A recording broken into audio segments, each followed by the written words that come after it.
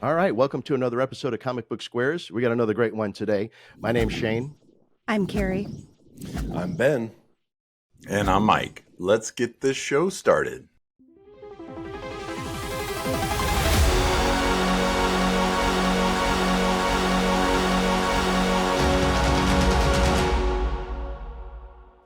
All right, well, welcome to another episode. This is going to be another review episode. This is an interesting one. This was sent in to us by one of our followers. This book is called Incision. It's by a company called Lesser Known Comics. Yeah, it was really good. I'm glad that our one of our viewers sent it in for us to take a look at. Carrie actually spoke to them, and they sent over the PDF for us to review. So I really appreciate it. It definitely has some. You could tell by looking at the cover, it's got some Wolverine kind of influences for sure. But the artwork was really good, and I thought that the story was pretty interesting. I'd be curious to hear what everybody else thinks. Silence. I thought it was beautiful. I know I say that a lot. It's kind of a thing, but You look at the world through a very open perception. You want everything to be nice.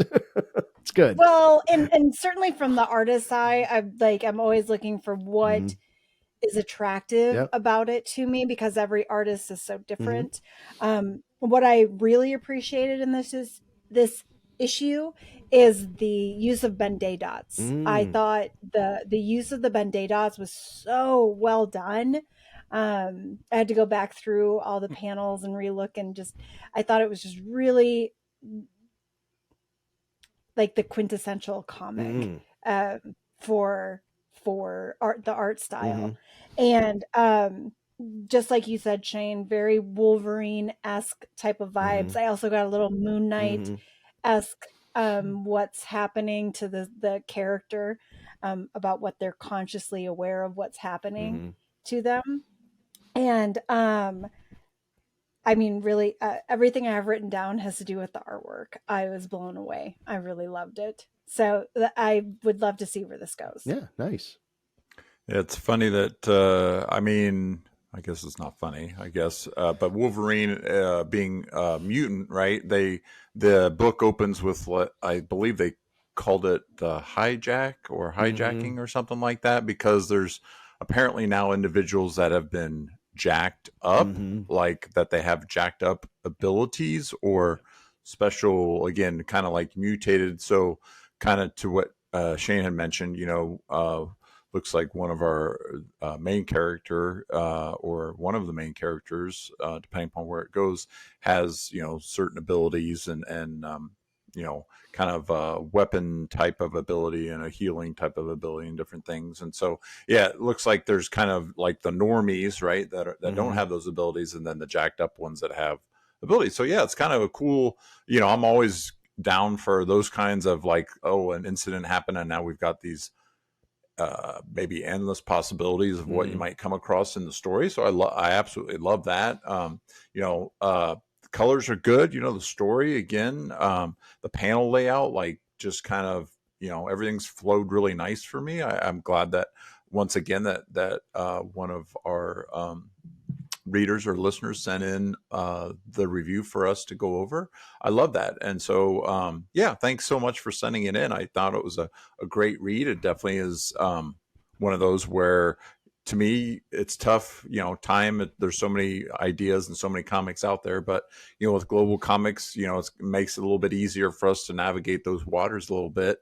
And in this case, yeah, I'd love to kind of read a little bit more and see what's going to happen, because kind of at the end of this issue, there is someone that gets introduced that we know nothing about, kind of the last panel or two, where it's like, ooh, like, who's this and how does this play into the story? So yeah, absolutely. Very solid. So thanks for sending it in. Yeah, what you guys say Wolverine, and I think more in terms of Sabretooth. That's kind of what the character reminded me of. He seemed normal, and then suddenly he goes total savage. Which, yeah, Wolverine. But his appearance and kind of his size and sort of the way he fought really reminded me of Sabretooth a lot. But really, really good momentum in the story. I mean, it was a page turner. As I'm going through, I'm kind of like, what's going to happen next? What's going to happen next? So It wasn't formulaic at all. It really you didn't know what to expect from the story, which I like. It's hard to be original. There's only been like 100 million comic stories told, so from what perspective it's told, and so this was kind of like a first person. The main character narrated a little bit, but obviously they drove the story. But it was interesting. It kind of starts out kind of as a kind of one direction. It introduces some crime story type stuff, and all of a sudden you find out the guy's involved with all these this criminal mastermind and their ring, and then they turn on him, and you're like, oh well, that's not going to turn out well, and then of course he says this won't turn out well, and I'm like, yeah, and then it doesn't turn out well. Yeah, what he said, not going to turn out well.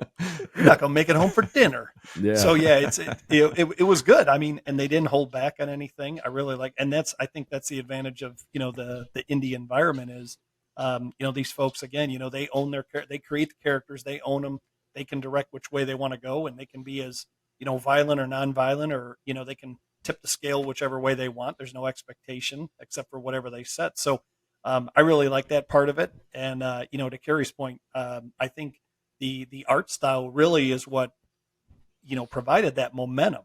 There was a lot of movement, a lot of jumping around, a lot of fighting, and obviously that's always good. We love the action stuff, but does it make sense? Does it seem to kind of propel the story? And I thought it really did. This is really good. I mean, I don't know if this is this creative team's first foray into the art form or not.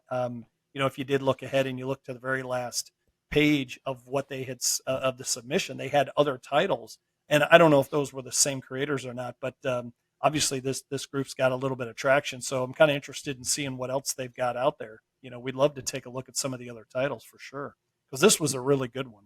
Yeah, I 100% agree. Yeah. I think from a storytelling standpoint, like you said, Paul, there's a lot of great action, which helps move the story forward. And, they introduce some characters that early on that we'll find out in later issues, if they've been hijacked, if they've got some abilities. And it's interesting I love that there's a bit of a mystery going on. I'm not going to give away the storyline, but there's some things that happen to our main character that we don't know, and he doesn't know what's happening to him, and how that has an impact on his life and the people that are around him in some negative ways. So it'll be interesting to see like what that revelation is, what that thing that's happening to him, what's the cause of it, and what's happening during those times. But yeah, back to the artwork, I'm just looking, I got the panels kind of on the screen here as we're talking. And yeah, I just little subtle things that this artist does to help, make the artwork have a little bit of extra action. I mean, that was one of the things that they always talked about, Jack King Kirby was, his ability to create almost motion in a still image.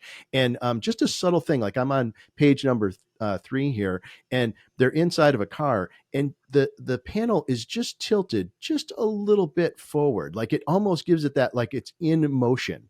They could very easily have just put it, straight, but just a little subtle thing like that. I love those little attentions to detail in this piece in particular. So yeah, this is a strong outing. If this is the team's first piece, kudos to them. That they really did a fantastic job, especially on first issue. So yeah, I would, if you are able to find this, I would definitely seek it out. Like I said, it's called Incision, and the name of the company is Lesser Known Comics.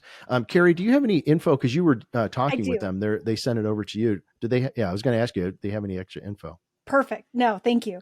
Yeah, they sent it in. And first of all, I want to acknowledge that the Kickstarter for this comic is in January. So it's not out there for everyone yet. Okay. So it's there is a pre-launch page. I'll put that in the description on our YouTube channel. So you can find that come January.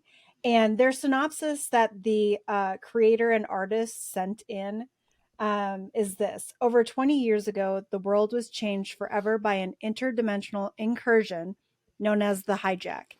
In its wake, world order struggled to survive, leaving competing territories populated by ordinary people and jacks, individuals altered by the Hijack, and left with strange abilities or physical changes. Our story follows Frank Bergen, also known as Incision, a man plagued by violent blackouts and enhanced with bioweaponry. After falling under the scrutinizing eye of his unforgiving boss, Antov, Incision is forced on a path to confront the hidden forces haunting him and reclaim a life he can no longer recall. So that's what the creator sent over, I think. And then their last little bit is Incision number 1 is 24 pages of full color adventure. All production work on the issue is complete. If you're a fan of 1990s era superhero comics or colorful, gritty action stories, then Incision is for you. So I thought this was a excellent submission. We get submissions all the time. This was a really great one. Yeah. Excellent. Yeah, I love that. I love that the community, is able to reach out to us, and we're able to help, get them moving forward. So you said that does the Kickstarter wrap up in January, Carrie? It starts in January. Starts in January. Well, then, we'll definitely have this issue out before that, so they can use this to help promote them. Yeah, highly recommended. I would go on to Kickstarter and help them get this out there to the masses. I know I'll jump on and throw a few dollars at them just to help them along. Yeah, so just fantastic kickoff to this project for sure. I will say, if you look at some of those other titles, there's one that jumps out to me. There's a lot of interesting titles, and they show the covers. One of them jumps out, and I already love the title, Bigfoot Knows Karate.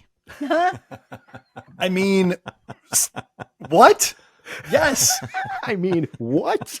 I mean, first of all, we don't even know if Bigfoot's real, but apparently he's got a black belt. He knows karate. Apparently, yeah, he's Cobra Kai, right? If he can fight Cocaine Bear, then I think we've got a massive hit on our hand. That's what. Oh, dude, I can see it now. I can see it now. Cocaine Bear versus Bigfoot knowing karate versus $6 Million Man. Yes. Circa 1976. Make it happen. The Loch Ness Monster. Yes. That infamous photo of Bigfoot, he was coming from the dojo. That's where that was taken. Yeah, right outside the dojo. Yeah. He had just taken his gi off. That's why he was all sweaty. That's right. Yeah. I love it.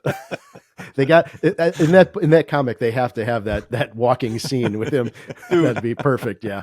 Well, the cover is all in red, and it's like he's dressed like a samurai, and he's got a sword. So apparently he comes packing as well. Like, he's not enough that he's Bigfoot, but he's also got a katana.